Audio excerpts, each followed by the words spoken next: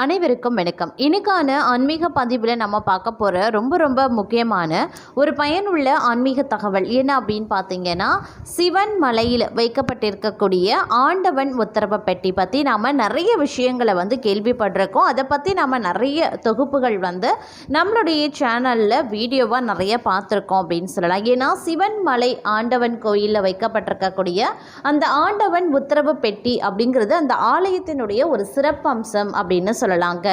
ஏன் அப்படின்னு கேட்டிங்கன்னா, அந்த உத்தரவு பெட்டியில் வைக்கக்கூடிய பொருள் அப்படின்றது குறிப்பிட்ட தாக்கத்தை இந்த சமுதாயத்தில் இல்லை இந்த உலகத்தில் நமக்கு குறிப்பிடும் அப்படின்னு சொல்லலாம். அதாவது நிகழக்கூடிய சம்பவங்களை அந்த பொருளின் மூலமாக முருகப்பெருமான் மக்களுக்கு உணர்த்துவதாக கருதப்படுகிறது.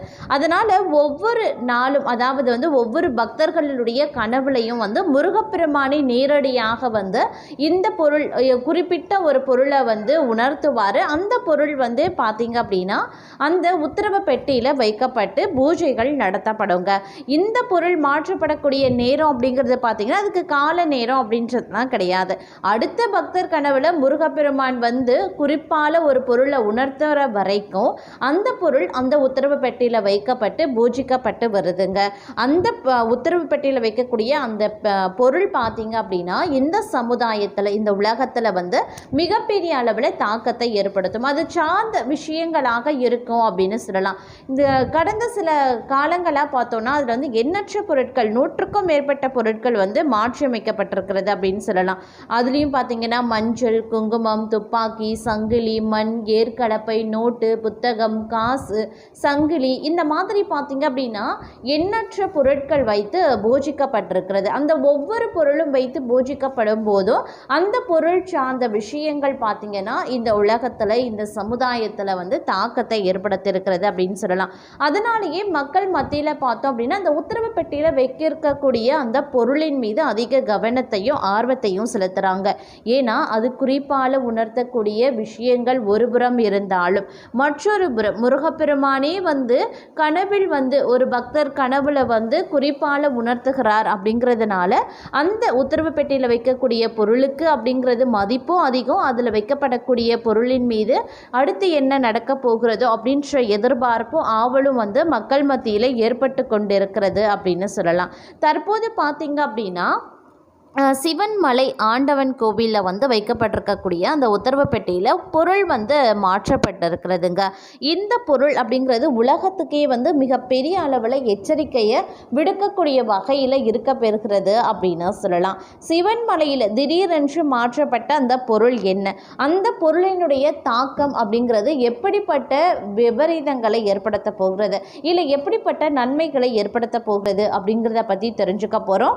அது மட்டும் இல்லாமல் அந்த சிவன்மலை கோவில் பற்றிய இன்னும் சுவாரஸ்யமான பல தகவல்களையும் தொடர்ந்து நாம் இந்த பதிவில் பார்க்க போகிறோம். இந்த பதிவு உங்களுக்கு பல வகையில் நன்மையை ஏற்படுத்துங்க. ஸோ வீடியோவை ஸ்கிப் பண்ணாமல் கடைசி வரைக்கும் பாருங்கள்.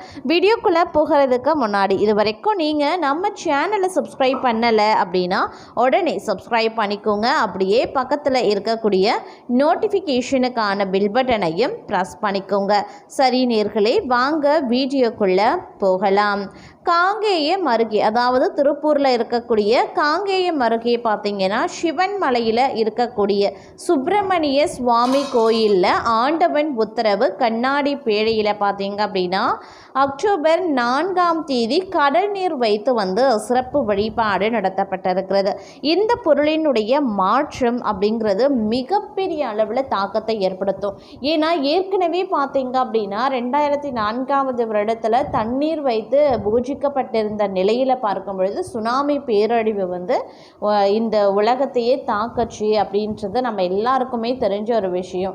ஆனால் இது முன்கூட்டியே உணர்த்தி இருக்கிறாரு முருகப்பெருமான். 2004 பார்த்தீங்க அப்படின்னா அந்த கண்ணாடி பேழையில் தண்ணீர் வைக்கப்பட்டு பூஜிக்கப்படும் பொழுது சுனாமி அப்படின்ற ஒரு பேரலை வந்தது அப்படின்னு சொல்கிறாங்க. வந்திருக்கு.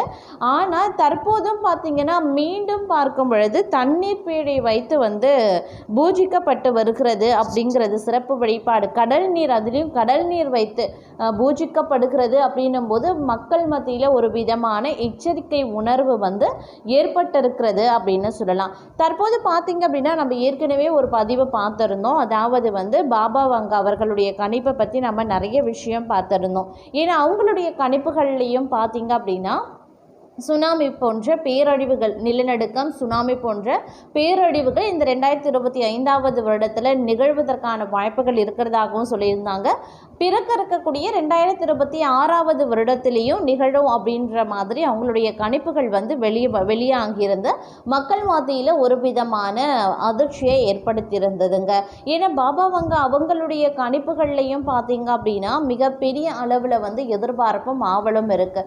அவங்களுடைய கணிப்புகள் அப்படின்றதும் பல விதத்தில் உண்மையாக இருக்கக்கூடிய பட்சத்தில் தற்போது சிவன் மலையில் இருக்கக்கூடிய சுவாமி சுப்பிரமணிய ஆலயத்தில் வைக்கப்பட்டிருக்கக்கூடிய அந்த ஆண்டவன் உத்தரவு பெட்டியில் இருக்கக்கூடிய அந்த கடல் நீர் வழிபாடு அப்படிங்கிறது சுனாமி பேரலை வருவதை முன்கூட்டியே முருகப்பெருமான் சுட்டி காட்டியிருக்கிறாரா அப்படின்ற ஒரு கேள்வியோடு மக்கள் மத்தியில் ஒரு விதமான அதிர்ச்சியையும் பயத்தையும் அது ஏற்படுத்தி வந்துட்டுருக்கு அப்படின்னு சொல்லலாம்.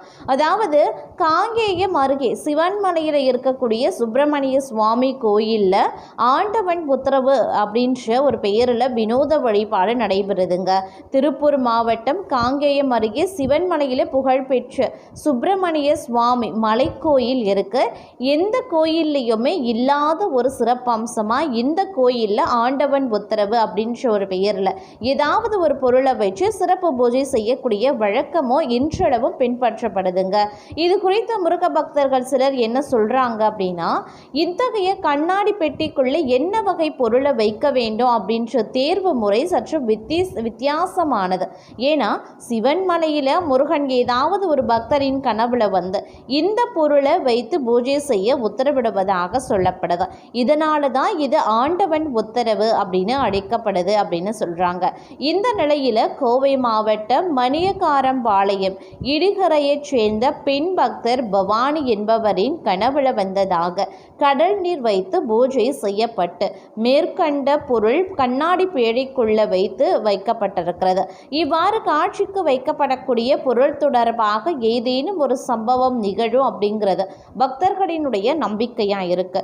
முன்னதாக கண்ணாடி பேழைக்குள்ள கடந்த மார்ச் 6ஆம் தேதி முதல் பிரம்பு மற்றும் சூடம் வைக்கப்பட்டு பூஜிக்கப்பட்டு வந்த நிலையில் சுமார் 7 மாதங்களுக்கு பிறகு பக்தரின் கனவுல கடல் நீர் வைக்கப்பட்டு பூஜிக்கப்படுவதும் குறிப்பிடத்தக்க ஒரு விஷயம். அடுத்த பூஜை பொருள் மற்றொரு பக்தரினுடைய கனவுல வரும் வரைக்கும் கண்ணாடி பேழைக்குள்ள இந்த பொருளை பக்தர்கள் பார்த்து வழிபட்டு வருகிறார்கள் அப்படின்னு சொல்லலாம். கடந்த 7 மாத காலமாக பார்த்தீங்க அப்படின்னா எந்த ஒரு பொருளும் மாற்றப்படாமல் தற்போது பார்த்தீங்க அப்படின்னா சிவன்மலை ஆண்டவன் உத்தரவு பெட்டியில் கடல் நீர் வைக்கப்பட்டிருக்கு. கடல் நீர் வைக்கப்பட்டிருக்கு அப்படின்றதுனாலேயே சுனாமி வருமா அப்படின்ற மக்கள் மத்தியில், பக்தர்கள் மத்தியில் ஒரு விதமான அச்சம் எழுந்திருக்கிறது அப்படின்னு சொல்லலாம். அதே மாதிரி இந்த பொருள் வைக்கிறதுனால என்ன பலன்கள் ஏற்படும் அப்படிங்கிறத நாம் பல பக்தர்களும் அறிந்திருக்கிறார்கள் அப்படின்னு சொல்லலாம். கடல் நீர் வைத்து வழிபட சொல்லியிருக்கிறதுனால ஒருவேளை இயற்கை சீற்றம் நடைபெறுமா அப்படின்ற கேள்வியும் எழுந்திருக்கு.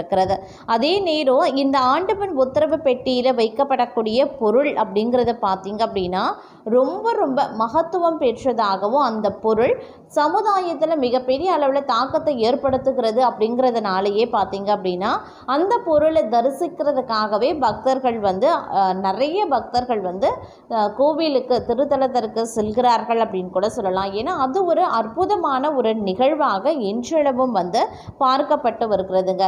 இவ்வாறு பக்தர்கள் மத்தியில் கனவுல சொல்லக்கூடிய அந்த பொருள் பார்த்தீங்க அப்படின்னா கோவிலில் இருக்கக்கூடிய அந்த பக்தர் பூசாரியிடம் சொல்லுவாங்களா. அப்போ பூசாரி அந்த பக்தர்கள் சொல்றது உண்மையா பொய்யா அப்படிங்கிறத பூ போட்டு பார்க்குறாங்க. ஒருவேளை உண்மையாக இருக்குது அப்படின்னா ஏற்கனவே வழிபட்டு வரக்கூடிய பொருளை கண்ணாடி பேழையில் இருந்து எடுத்துட்டு பக்தர்கள் சொல்லக்கூடிய புதிய பொருளை வைக்கிறாங்க. இதனால தான் இது ஆண்டவன் உத்தரவு பெட்டி அப்படின்னு அழைக்கப்படுது.